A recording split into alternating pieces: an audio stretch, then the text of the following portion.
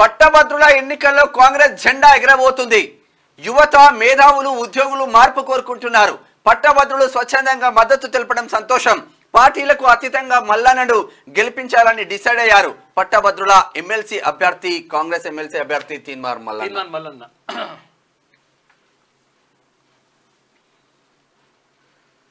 ఇక రాష్ట్రంలో త్వరలో జరగబోయే పట్టభద్రుల ఎమ్మెల్సీ ఎన్నికల్లో కాంగ్రెస్ పార్టీ విజయకేతనం ఎగరవేయబోతుందని నల్లగొండ, ఖమ్మం, వరంగల్ పట్టభద్రుల ఎమ్మెల్సీ అభ్యర్థి తీన్మార్ మల్లన్న అన్నారు.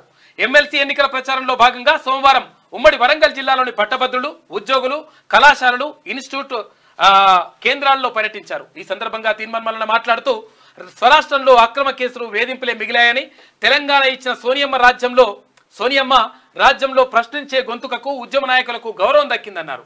అందుకు తనకు ఎమ్మెల్సీ అవకాశం ఇవ్వడమే నిదర్శనమన్నారు. ఈ ఎన్నికలకు సహకరించిన సోనియమ్మ, రాష్ట్ర ముఖ్యమంత్రి రేవంత్ రెడ్డి, రాష్ట్ర మంత్రులకు కృతజ్ఞతలు తెలియజేశారు.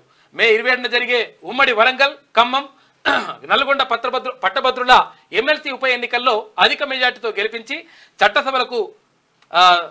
చట్టసభలకు పంపించాలని విజ్ఞప్తి చేశారు. నిరుద్యోగులు, పట్టభద్రులు, ప్రైవేట్ విద్యా సంస్థల సమస్యలపైన మీ గొంతుకగా, మీలో ఒకటిగా మీ సమస్యల సాధనకై పట్టభద్రుల అభివృద్ధి ధ్యేయంగా పోరాడతారని హామీ ఇచ్చారు. పట్టభద్రులు తప్పకుండా తమ ఎమ్మెల్సీ ఓటును వినియోగించుకోవాలని కోరారు. పల్లా రాజేశ్వరరెడ్డి పారిపోతే ఈ ఉప ఎన్నిక వచ్చింది. బీఆర్ఎస్ పార్టీ నుంచి పోటీలో నిలబడాలని ఎవరు కూడా ఆసక్తి చూపించడం లేదు. నువ్వు నిలబడు అని పక్కకు పోతున్నారు.